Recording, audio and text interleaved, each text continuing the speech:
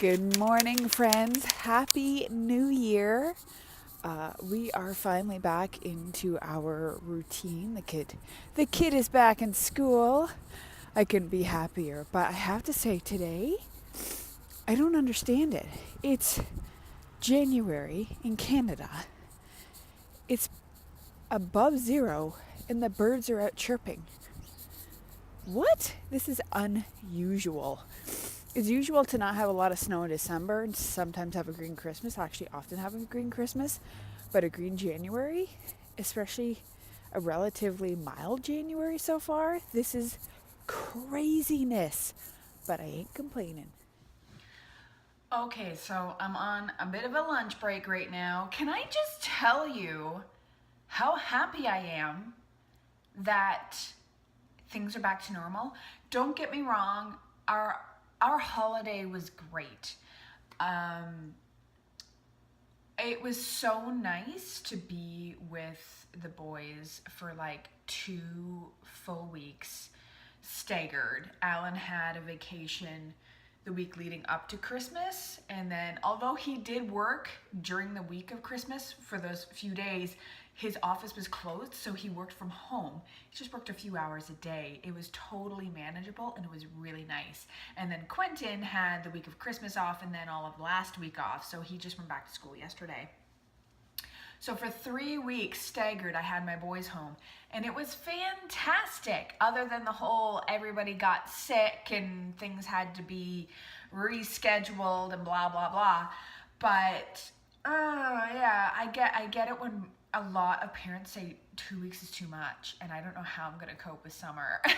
Even though I just had 4.5 years where I had him all the time, but now that you get into that routine, it's a big difference. That's a lot of time. And we were both just, because we're not people who go out and does tons of stuff all the time, right? Like, we don't skate, we don't do a lot of outdoor activities. I'm an introvert, Alan's an introvert. Quentin's an extrovert, so it was extra hard on him. He got really bored near the end of it.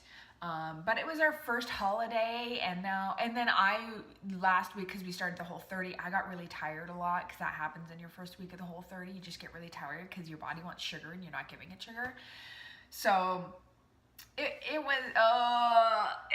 so nice. This is the first official day, because yesterday we had an appointment in the morning, and I took Quentin with me to our midwife appointment because I want him to start meeting our midwives, so that when we do have the baby, speaking of which, I have some news.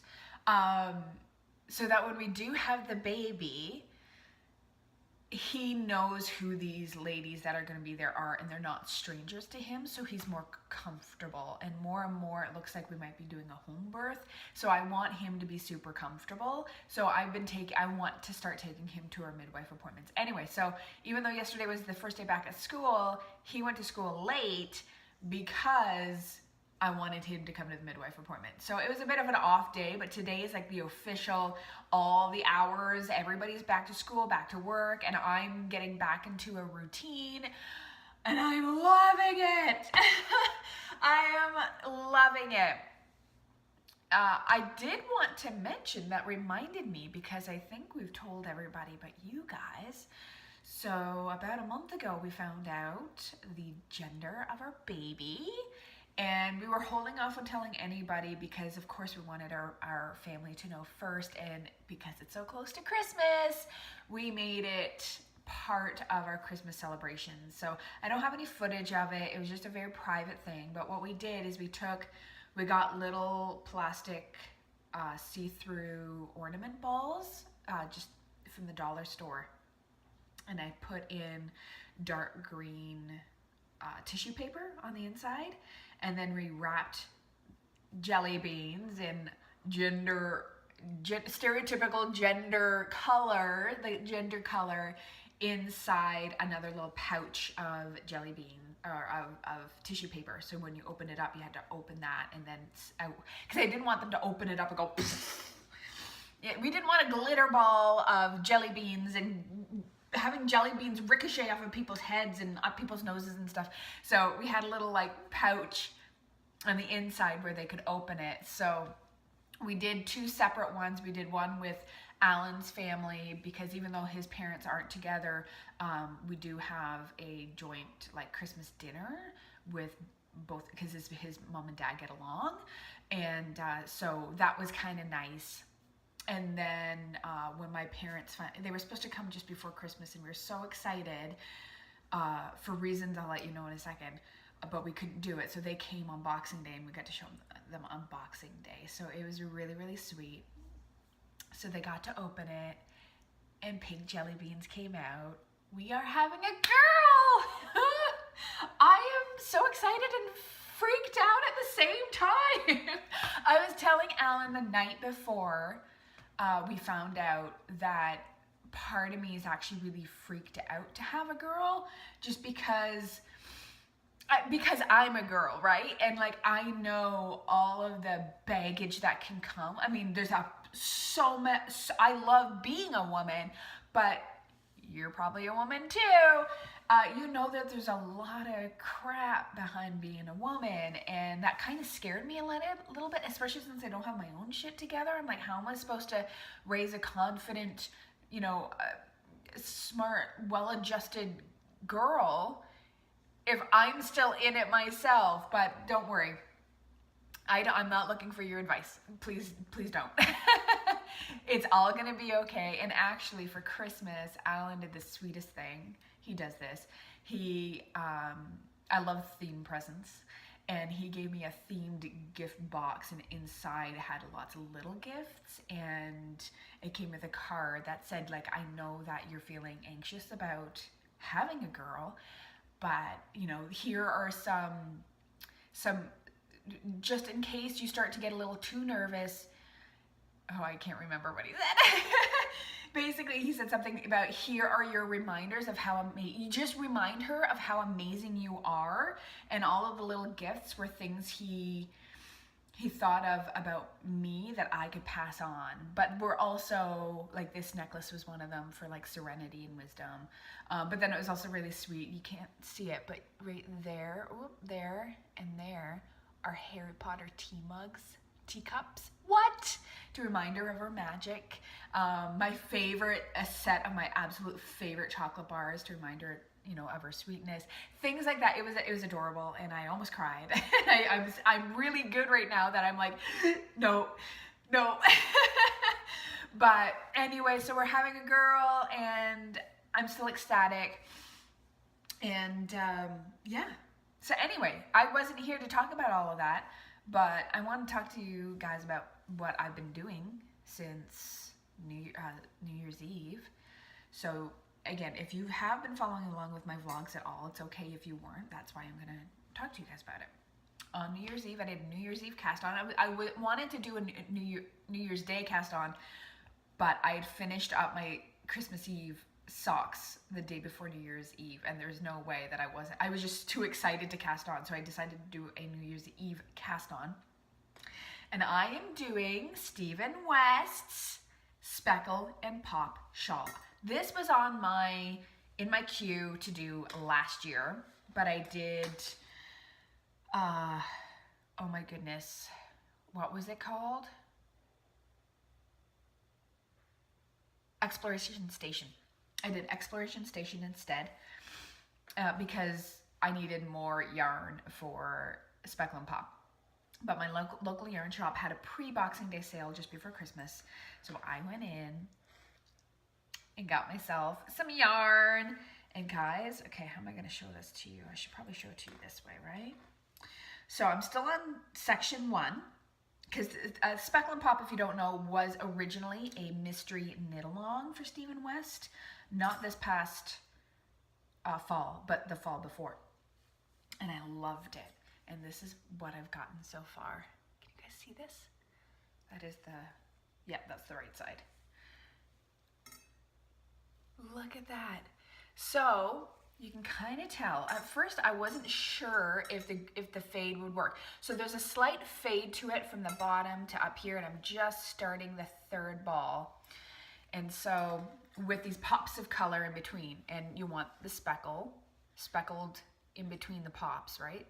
And so you can see how there's like dark blues and dark yellow and the white, and then it starts to fade into these beautiful mauvey pinks and dark blue, like dark to true blues. And let's see, this is just the same color, and you're not going to see it really up here because I just started, but it's going to fade into this one, which is a deeper purple, like what is that, like a plummy purple, and this beautiful jewel tone emerald green. And all three of these are the same sock yarn from Araucania and Araucania. They're Huasco sock. I labeled it so I'd remember it. Anyway, this is their sock base. I think it's just 75-25 superwash wool and polyamide, and it's I didn't think that the fade was going to be enough. Like, I didn't think you were going to see it, but I think it's perfect. It's so perfect. It's not an in your face, like it's a definite fade, because the colors down here really start to change as you get up here. And it's really going to change now that I'm starting to fade in the third color. And then the pops of color all came from a Sweet Georgia Party of 5 mini skein set. And it's her saltwater taffy set. So there's like, I think this one's called grapefruit. Maybe this is lemon curd or just lemon. Peony. This little green color, this is actually green color, is melon. And this, my favorite one, is glacier. And it just, then again, when I first started, I wasn't sure if these were gonna pop enough. Guys, I'm obsessed. I'm obsessed. Now, again, this is the first section of, I think, 4 sections? I can't remember. And this, I've only been knitting on this since New Year's Eve. And last week I did a ton of knitting because I had nothing going on and my routine was shot. And over the weekend, I literally spent all day for 2 days knitting, and I'm still only this far. It's not because it's complicated at all. It's just it's a 22 row repeat for section 1. Back and forth, and you can tell it doesn't, I mean, this is not the shawl. What's going to happen is in section 2 is you actually have to pick up all of the stitches along here, and then you continue the shawl going this way. I love how Stephen West constructs his shawls. I haven't made any of his garments or anything else yet. I've only made one other shawl, his Exploration Station. And I love it because it's just as fun, unique, and playful as he is. And he really, none of it's boring. And that's what I want. I wanted something fun to start the new year off with. I wanted something bright. I wanted something colorful. And this is coming up better than I ever expected it to. Like, oh my goodness. So I'm nearing the completion of section 1. I'm currently just alternating skeins of this ball and this ball for a couple of repeats. I think it's 5 repeats total, and I've only just started those repeats, so I have to do 5 of those total, and then I'll do 9 with just this one. And then I bind off with another, because you start with an I-cord. I've never done an I-cord cast on. So you do the I-cord cast on. I won't give much away. And then you pick up the stitches. And so you cast off with an I-cord, because then you're done that one side, that one whole section. So I have roughly 15 more rows. I have done 20 something already. And again, it's not overly difficult, and after a while you don't think that your brain can memorize 22 rows, but with this you can. After a while, you're like, oh, when you're paying attention, you see the flow. You can put the pattern down, and as long as you keep track of which row you're on, you're off and running. So I really, really enjoy this. And honestly, this is all I've been working on. Like, I've been so monogamous with this. I almost feel like I should start something else, but then I'm like, why? Why would I do that? So, love it. Anyway, I'm actually going to pop on a podcast, can't speak, and I'm going to do a couple of rows in, and then I'm going to actually sit down and get some work done. So I will chat with you guys later.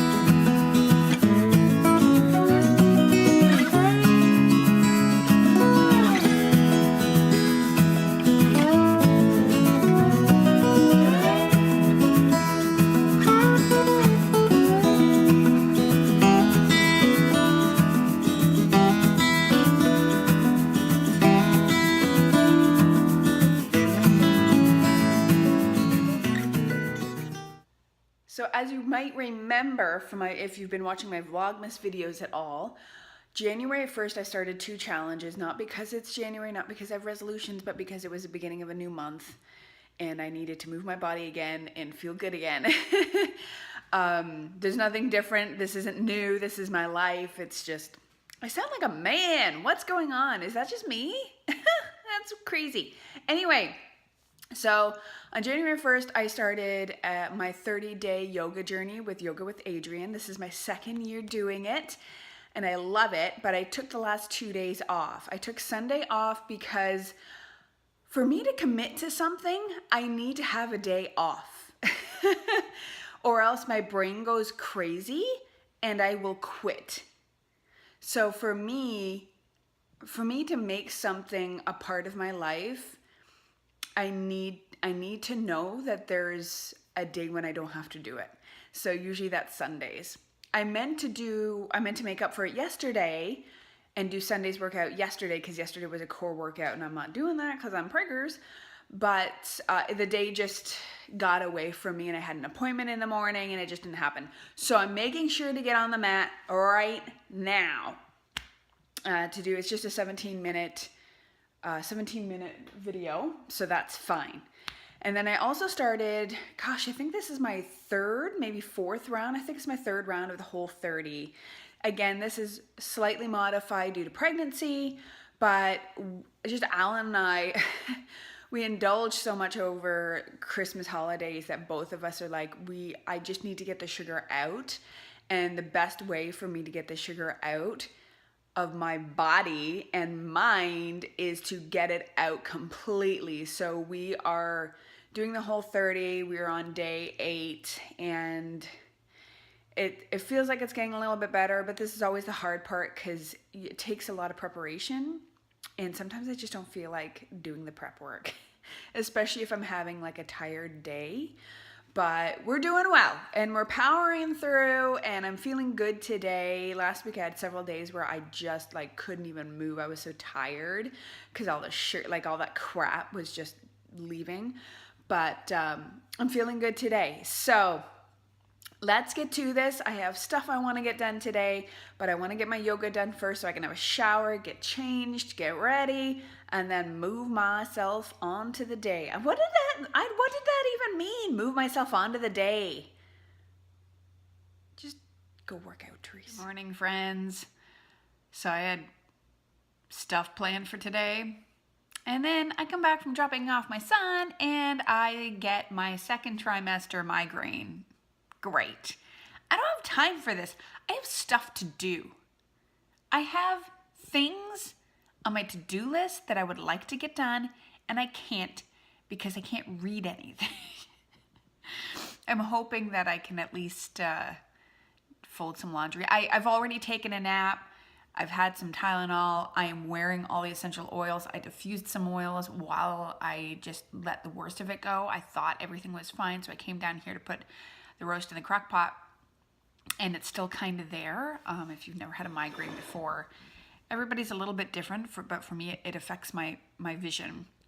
I usually don't get physically ill. I have been physically ill from migraines before, but it does affect my vision. I basically, like, you know, when old school on old TVs, when it would be that color, like you'd get those snowy channels, but sometimes you get those colored snowy channels. That's what happens, is my vision kind of looks like a covered snowy channel, and I can't read, I can't see very well. So I just go and lie down and close my eyes because there's nothing else I can do, right? Like I cannot function, I cannot see. So I did have a nap, and an hour later I woke up. I'm like, okay, I think I'm good. Came down here, and all of a sudden I'm like, is that happening again? Like what's going on? So anything I had to do, especially in front of the computer, because that just compounds a migraine. So my work for the day, I don't know if I'm going to be able to get done. I just plan on coming down here and like doing my tarot cards. And then I wanted to get some yoga done. Yoga is not happening because if I'm like down dog and then up, even slowly, it's too much. Blood pressure is going back and forth, and it's just going to make things worse. So anyway, whatever. All I'm trying to say is I'm telling myself to just go with the flow. This happened, and because I call it my pregnancy, my second trimester pregnancy migraine, because when I had Quentin, I've had migraines on and off since I was 13 years old. Just maybe a couple times a year, although there's been a few years where I would go completely absent with having a migraine, and then it would pop up again. It's very random. But when I was pregnant with Quentin, I had at least one each trimester. And if you are prone to migraines, unfortunately, it's very common to have more. I was hoping I'd be like my mom, who said that she suffered from migraines until she got pregnant with my brother, and then she never had them again. So I was really hoping that would happen, and no, it did not happen. Anyway, so I already had one last trimester. This is my second trimester. I'm expecting at least one more before the baby's born. So that kind of threw a monkey wrench into things, but I'm going to go with the flow. What else am I going to do? I think I can at least fold some laundry, which I had planned, and clean out the office a little bit, because my goal this month is to get the office cleaned out to a certain extent, so that come February, I promised myself that after Quentin's birthday in February, that's when we focus on baby stuff. But I wanted to start like decluttering the office and whatnot, so it's not that big of a deal when we do start really setting up the nursery. So I'd like to spend just 15 minutes in there. I think I can do that. I've just been listening to podcasts because I'm not tired, but I can't read anything or watch anything. So I've just been catching up on a bunch of podcasts. I think I'm just going to try that and just take it easy. I'm hoping maybe I can at least do some knitting. We'll see. Okay, so I am not prepared to talk about this. I'm really not. But what I mean by not prepared is I'm literally not prepared. I know I need to talk about this, but I don't have things written down. And when it comes to something as important as this, I probably should have taken some time to write it down, but I also feel like it wouldn't be as sincere and it wouldn't be as personal, because it's important. So, some of you may already know where I'm going with this. Some of you may be completely clueless. And, how am I going to do this? I'm going to start from the beginning. Let's just start from the beginning. I'm going to have to edit this somehow to make this have some sense into it. We're going to be talking about an extremely important topic, and that has always been around in the knitting community, but in the last week has really come to light. And sorry if I'm not looking at you the whole time. I'm still, because I don't have notes, I'm doing what you do when you're trying to gather your thoughts. I'm looking around. But it's not because I'm not trying to, I'm being dodgy. It's simply because I'm trying to gather my thoughts. So my apologies. But if you are on Instagram, many of you are not, but if you're on Instagram, you know this week has been heavy, heavy, heavy in the knitting community. But it has also been probably one of the best things to have happened in all of the knitting community, maybe ever. I don't know. I've only been in the knitting community for a little while. And I'm not going to go into it in great detail for those who don't know what happened. Honestly, where it started doesn't matter. It has no bearing on the conversation. The fact is it started and it needed to started. And what that is this week, last week now, there has been a major discussion about racism in knitting, in the knitting community, and how the knitting community, and this is going to be triggering for many of you, I'm sure, and it's hard for me. It's hard for me as well. Blatantly saying the knitting community is racist. Now, if you've had a trigger, if you automatically went, oh, hold on a second, you need to hold on a second. Okay, because they're right. They're so right. When you think of the knitting community, you think of, everyone thinks of little bitty old white ladies sitting around a table knitting things for their grandkids. This is just something that has been pervasive in our culture for generations, even though we know that that's not true. We know that it's not, maybe just in the last couple of decades where knitting has become more of a luxury than a necessity. That may be true. But we also know that in the last, 20 years, maybe more, that is not true. And people of all different ages, all different genders, all different colors and backgrounds, we've all come together and we knit. But here's the issue. There are a lot of people who are Black, who are Indigenous, they're people of color, who do knit, but they are not treated equally in this community. The amount of people that have talked about going into their local yarn stores and being followed around, being basically insinuated that they can't afford the yarn that they want to buy, are not even greeted when they come in the door. The amount of stories, how many people do you see? How many people of color or just of a diverse nature do you see in knitting magazines? How many people of color do you know are designers? To be honest, there's a shit ton out there. But the problem is they don't get the exposure that we as white people do. It just doesn't happen. And I am not here to go into this. I am not here to talk to you about our white privilege. I'm not here to talk about racism in general. But the thing is I know personally there was no way that I was going to be able to have the conversations I had personally on my Instagram and going on my stories and talking about how this is, I don't want to say affected me because it's not about me, but being vulnerable and talking about this issue and doing what I can there on that end and not bring it up here on the podcast, that would be completely hypocritical and besides the point. Talk is cheap. And I'm not here to be super eloquent. I cannot be eloquent about this. I cannot talk about it very well. I'm not versed in this. I'm still learning. I always thought that I'm not racist. I love everybody. Like, come on. Last year I was looking for people of color, podcasters of knitters of different color and different backgrounds to follow, because I noticed how white my subscription feed was, and I'm like, this is weird. I always want to know more about knitting from people of different countries and backgrounds and colors and blah blah blah. Good for me. But it was just a few, this is very vulnerable, I'm not going to go into the big story about it because it's not important, but several months ago I had an incident where I recognized and I was horrified by a racist thought I had in my head, that I was like, I thought I was beyond this. But I just started conditioning, the way we grew up, whatever. It doesn't matter.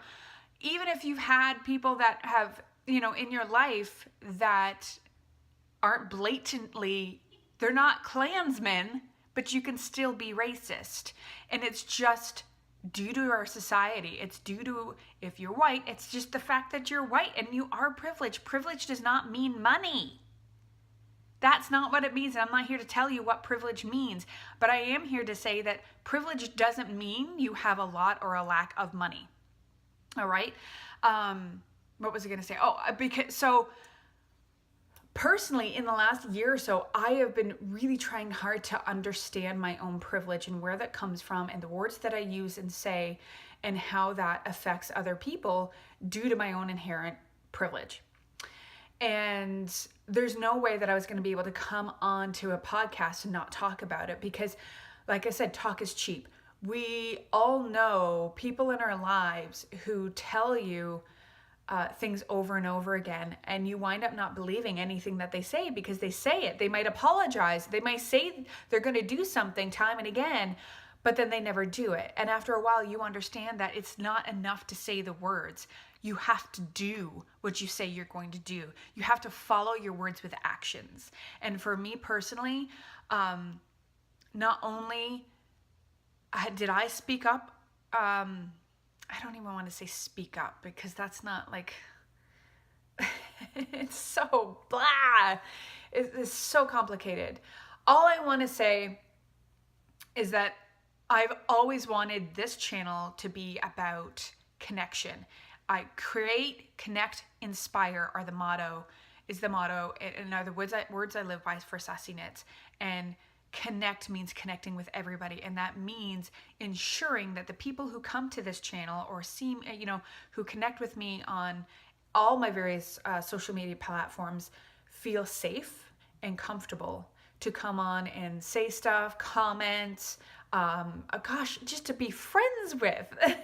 I want you all to know that you are safe here. And for me to be able to do that, I need to work on myself. I need to ensure that any comments are being made or whatever still allow you to feel safe in my little corner, my little community. I don't have a big community yet, but that you do feel safe here.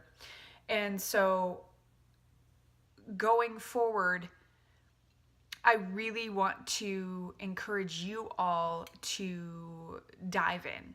You're either going to do it or you're not. And I understand this. And I might get some people unfollowing me, and I hope you do because I don't want you here. I totally just said that, but I really don't. I don't want anyone here who doesn't understand who they are and the privileges that come into their lives and aren't willing to have the self-awareness to understand this. I just don't want that. I don't want ignorance. And yes, this is uncomfortable. It's uncomfortable for me. It doesn't matter how much I know about this topic. It's still an uncomfortable topic to talk about because we don't want to say that maybe we're inherently racist or that we have this privilege that you don't think that you have, but you do. And then understanding that you do have privilege is very uncomfortable because then you're like, oh, I see the division and I don't want this division. It doesn't matter if you want it or not. It's there. It's there, and it's up to us as white people of privilege to take it upon ourselves to ensure that we are making a safe place for other people to live their lives here in North America. So for me, all I can do in my little corner of the universe is to change the way that I think, the way that I feel, and the way I act, and the way that I allow people to feel safe in my life. So what does that mean? What does that mean for this channel? I'm open to more suggestions, but one of the things that I am going to do is I already subscribe to a few women that I love that are women of color. But I would love more. So I would love to hear your favorite podcasts in the comments below that are, Black, indigenous people of color. In fact, I don't think I subscribe to anybody who is from the indigenous of an indigenous background. And I would love that. I would especially love that from Canada, but I'll take it anywhere. I also want to start exploring more designers because I didn't know of any. I didn't know of it because that's the whole problem. There are so many out there, but they don't get the exposure. So thankfully from Instagram, I've been able to follow a few new designers, and I'm going to get to that in a moment. But I want to know more about new designers and explore. It doesn't mean you have to follow everybody. It doesn't mean you have to subscribe. It doesn't mean you have to knit all their stuff. But the fact is the more that you look at their stuff on Instagram, the more that you watch videos and give them a chance, the more they're going to pop up in your feed, and you're going to have a way more diverse feed. The reason why your feeds in all social media are probably popping up with a whole bunch of white people is because that's who you watch. And so the algorithm just gives you more of what it is that you want. But if you start watching more podcasts of a diverse background, more of those will pop up. So I know I'm going to put in the comments more of people that I love to watch. Because I'm not going to remember it all from the top of my head. GGMadeIt, obviously, she's amazing. She's one of the first women that I followed, and she's just such a fantastic woman. She has such a fantastic heart, and she's such a sweetie. I love her. I've always loved her. Oh my gosh, I'm going to forget everybody's name. The heyBrownBerry Podcast, I love to watch. Earthtonesgirls, or Earthtonesgirl, I love to watch as well. I think I have a few more, but I'm going to put those down in the comments. But that's the problem. I only know a few, and that's because last spring I was like, I need to diversify my subscription list. I want to do that more. I want to know if there's more people out there. That's not just from Instagram. And one of the other things I'm going to be doing, I didn't write down her name because I'm doing this all on the fly, is I connected with somebody on Instagram. She's a new to me designer, and she was going to come out with this shawl pattern in the springtime, but because of everything that happened, she thought it would be a fantastic opportunity to have a knit along. And this knit along, she's calling the Seasons of Love knit along. Her name is Tiff. Oh my gosh, please. You're probably not even watching. Tiff Heilman?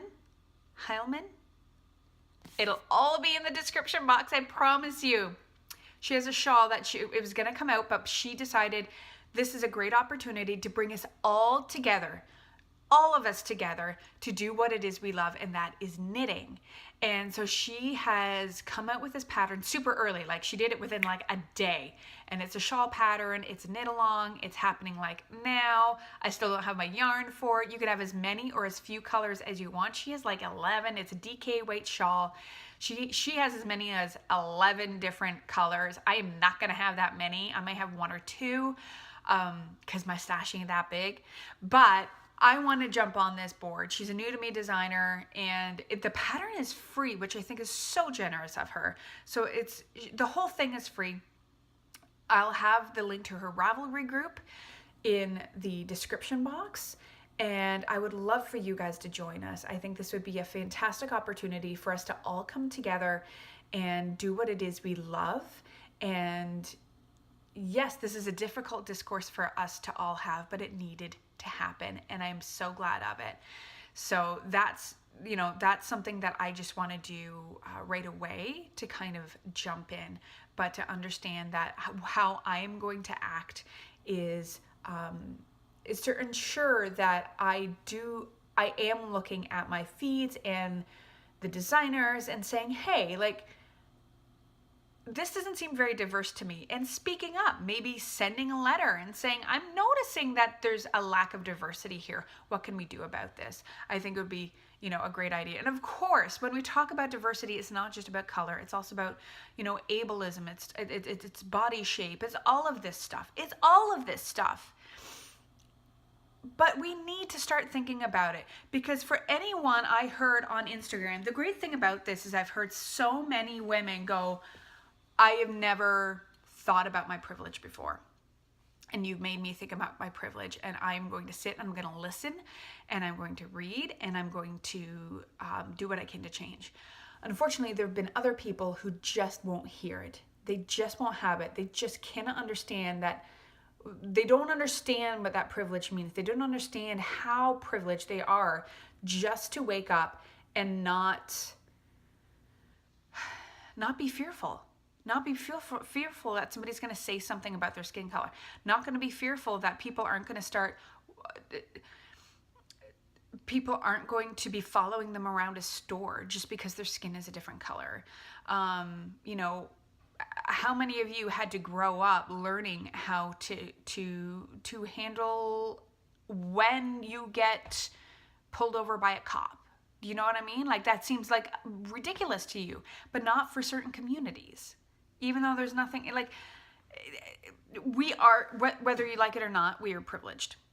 And I'm not here to argue about it, because you are.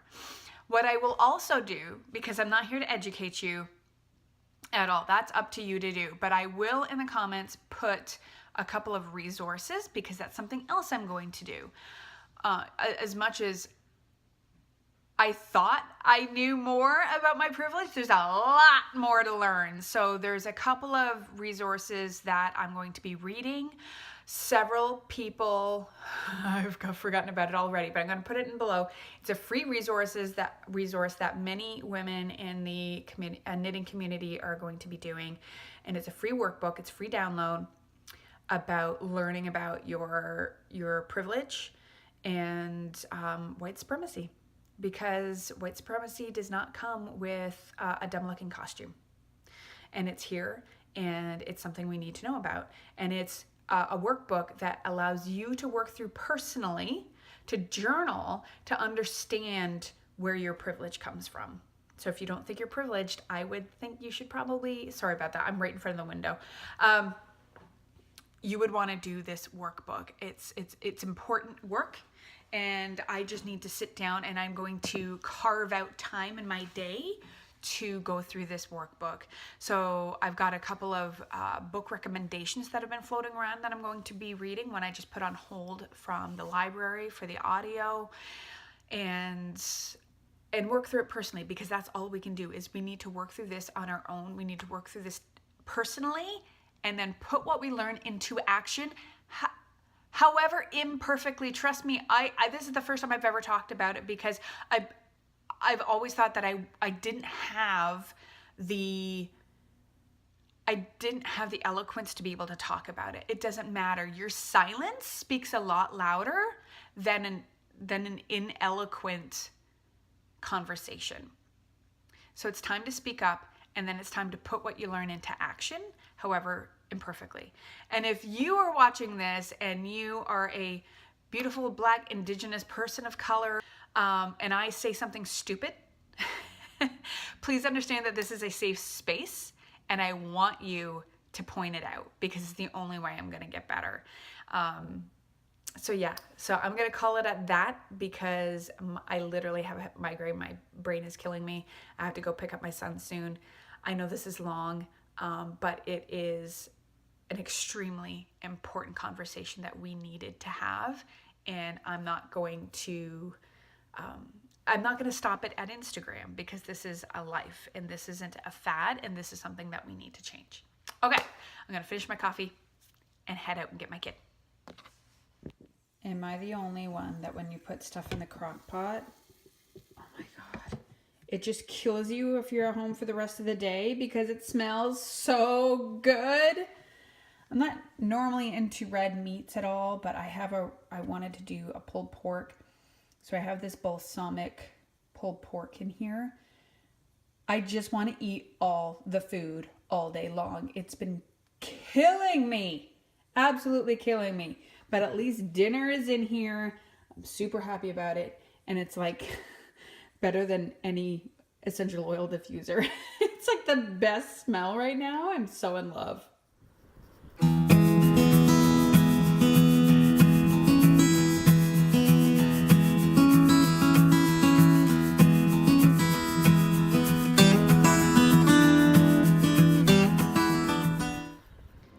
So a few days ago, we were given a belated family Christmas gift. And it's for the family, but I kind of have to do it. So said the instructions, because this is what we got. It's a Marvel crochet set. It has instructions to make all of these guys, well, basically all of these guys. And it gives you the everything you need to make Captain America and Spider-Man. Quentin was very excited about this. Alan thought it was adorable. And I was like, ooh, project. There's only one issue. I have no idea how to crochet. I haven't a clue how to crochet. That being said, I wanted to join and don't ask me about the specifics of this make along. I'll put relevant information in the description box. But there are several podcasters, makers out there who are taking kind of co-owning this make along, and I think it's called the New to You make along, or to the hashtag New to You Mal on Instagram. And it's a pretty cool idea. They banded together with 12 other podcasters and makers, I think, and they're all donating prizes so that at the end of the mal, somebody has a chance of winning 12 prizes, which is pretty cool. And it doesn't have to stick with just knitting. It's anything that's new to you. You try something that you've been meaning to try for a long time. It could be sewing. It could be something with knitting. It could be crochet. It could be building a house. Whatever that is new to you, you can use to enter this make along, which is really cool. So I thought, well, this could be fun. I could do something with that. But at the time, I wasn't sure what it was going to be. And I'm making the Speckle and Pop shawl. And one of the options you can do at the end is there's these eyelets that you make at the end, near the end of the shawl. And at the end, you have the option to take your pops of color and crochet some color inside those eyelets to make them pop out. You don't have to do it. A lot of people don't. But I thought, you know what? Like, I'm not really into crochet, but I like a challenge. I like almost all of my knitting to challenge me in some way so that I can learn something.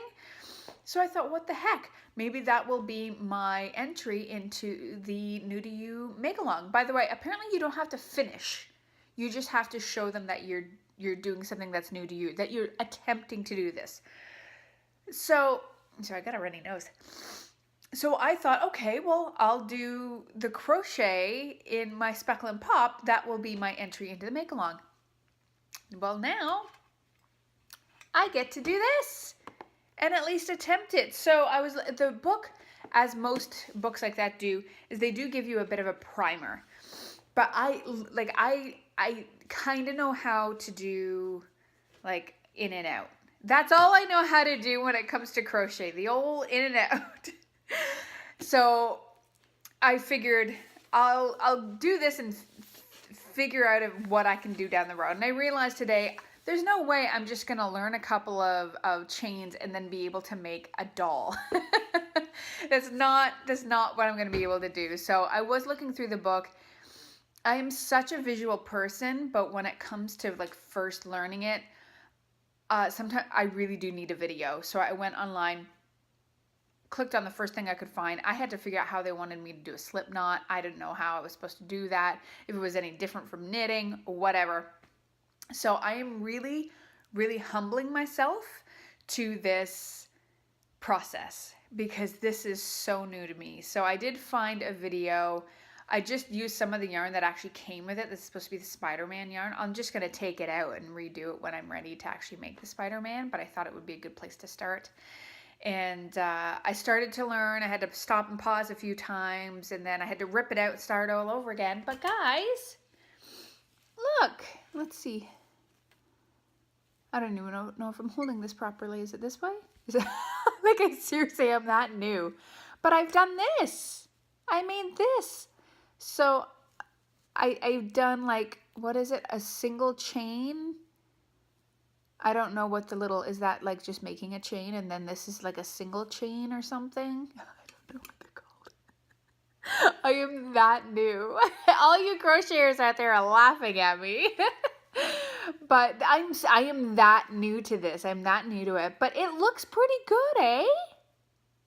Like I said, I had to take it out once and redo it. But I think I got the hang of at least this single crochet.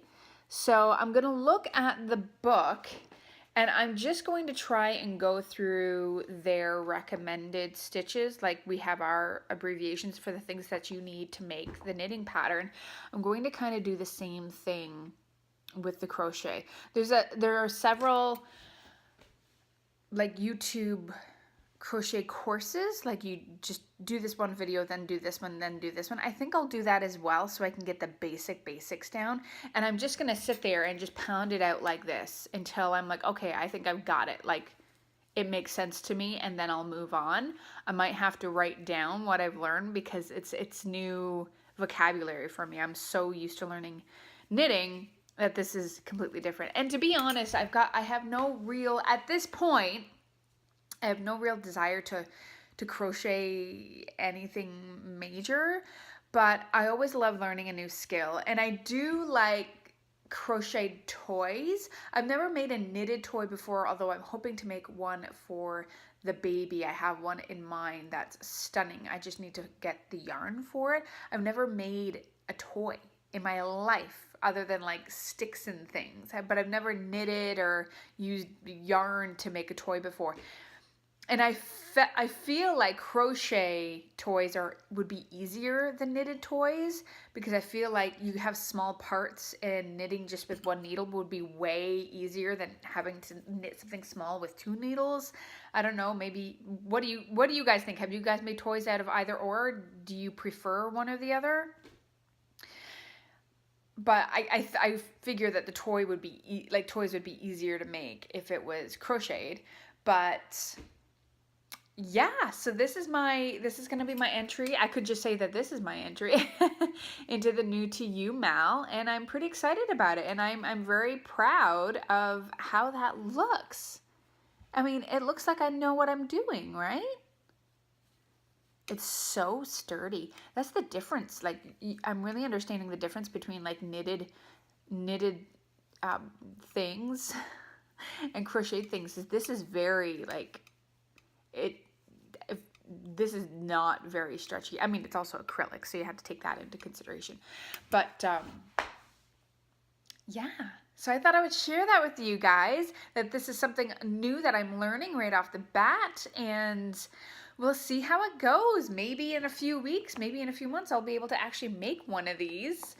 I kind of wish it gave you everything. First I thought it did give you everything to make all of these guys, but when I opened it up, I'm like, there is not enough yarn in here to make something for everybody. And then I realized I didn't read this properly, and it just gives you what you need to make 2 of them, which is still pretty good. But the book gives you the instructions to make all of these guys, which, how cute. Look at this little Ant-Man. And I love the Groot. How cute would that be? And the little Black Widow. Oh my God, look at him. He's so cute. And of course, Quentin wanted Falcon up here because he can fly. Anyway, I'll be able to keep the book, and I'll have that under my belt that will, maybe down the road they're so tiny. Maybe I'll be able to belt one out in a weekend or something. Who knows? I'm probably totally just underestimated all you crocheters. Like, oh, I can do it in a weekend. But I don't know. I don't know stuff about crochet. Do you crochet? What do you have favorite like favorite YouTubers that you go to that do instructional videos? I don't mean podcasters, but I need, like right now I need instructional videos. So is there like a Very Pink Knits for the crochet community? Because that would be handy. Because she's so dang handy, isn't she? Oh my goodness. Anyway, I'm going to get back to it and I'll chat with you later. Okay, so I'm about ready to start the brioche section on my Speckle and Pop. Took me ages to finish this. I'm about to start my brioche and I have a dilemma. These two are technically supposed to be my two brioche colors, but I'm afraid they look very different here. But as you can tell, when things get knit up, I wonder if I can. So in between the colors here is this color, and in between the colors here is this color. So you'll notice the color shift isn't too crazy. Like you can see it here and here. It's not too crazy. So part of me was wondering if maybe, this is my favorite, which is why I'm sticking with it, because I love this color. If I should use that and this as a pop of color just in the brioche section so you can actually see the brioche part. Or do I stick with this? It looks so much more contrasty than it does, because you can tell all three of the main colors that I've used are here. So this is like the main color. This is main color 1. I screwed up on this section. But this is main color 1, and that's main color 3. So knit up in brioche, even side by side, it's not too much of a difference because there's all of this white in there. And that's why I'm thinking if I added this to it, it would at least pop more. You know what I mean? Dilemmas. Oh my goodness, dilemmas. Well, I guess you're going to see what happens a little later on, or if you follow me on Instagram, you'll probably see it first, because I need to start. I want to start on this soon. Really soon. Now. Actually, not now. I have a phone call with my mom in about 20 minutes or so. But after that, I want to get started because I am procrastinating on this brioche section so hard. I've only done brioche once, but that was with my other Stephen West shawl, my Exploration Station. I haven't done it since. It's been almost a year, so I'm a little nervous. But I want to do it. I don't want to just sit on it and pretend it doesn't exist. I want to get it done. So I'm going to do it today. I think I'm going to choose this color because I do want that color to pop out. Because then what's the point of brioche? Like I want there to be another color in there, and this wouldn't look so out of place with the colors that are already in there. This is Sweet Paprika Designs, their BFL sock base. So I think I might do that. We'll see. Anyway, I wanted to end the podcast today. I think this is how I'm going to do it from now on. I've been filming snippets here and there over the last couple of weeks of me and my knitting and things that have been going on. And I hope you kind of like that. A little bit different. You get a different perspective from here and there, things that are on my mind, instead of just me sitting and chatting at you all at once. You kind of get a little bit more of a broader sense of things. I mean, hopefully things will improve. My filming will improve as well over time as I figure out what I want to insert in between me talking about all the knitting stuff. But I kind of like this idea because then it allows me to be more spontaneous and just pick up the camera and film when I'm feeling inspired to do that, and just sit and talk with you about different things in the knitting community and what I'm working on and stuff around the house and whatnot. So let me know if you do like it. I will be still putting it out probably every other week so that I can take those 2 weeks and from here and there get those snippets in there when I feel like it. So thanks so much for hanging in with me this week. You can reach me anytime by heading over to Ravelry, and you can find me at SassyKnitsPodcast, or you can send me an email if you would like at SassyKnitsPodcast@gmail.com. And you can also reach me on Ravelry. It's ThereseKnitsStuff. I know I don't have one specifically for the podcast because I don't have a podcast group at this point. So that's where you can find me on Ravelry. And I think that's about it. I'm going to sit down here. I'm going to tackle this brioche. I'm going to breathe through it. I'm going to know that it's all fixable. Even if it's a pain in the butt, there's several hundred stitches, so I really don't want to screw it up. I really don't. I think that's my biggest problem. I don't mind tinking back, but with brioche, I don't quite know how to fix it yet. And there's like 400 some odd stitches on here, and I do not want to rip that back. I screwed up with Exploration Station 2 with the brioche, and I just left it there because I'm like, I do not care. But anyway, I will show you next time how it turns out. But if you're on Instagram, you can follow me there, and you will probably see it before then. Okay, guys, you guys have a great day, and I will chat with you later. Bye.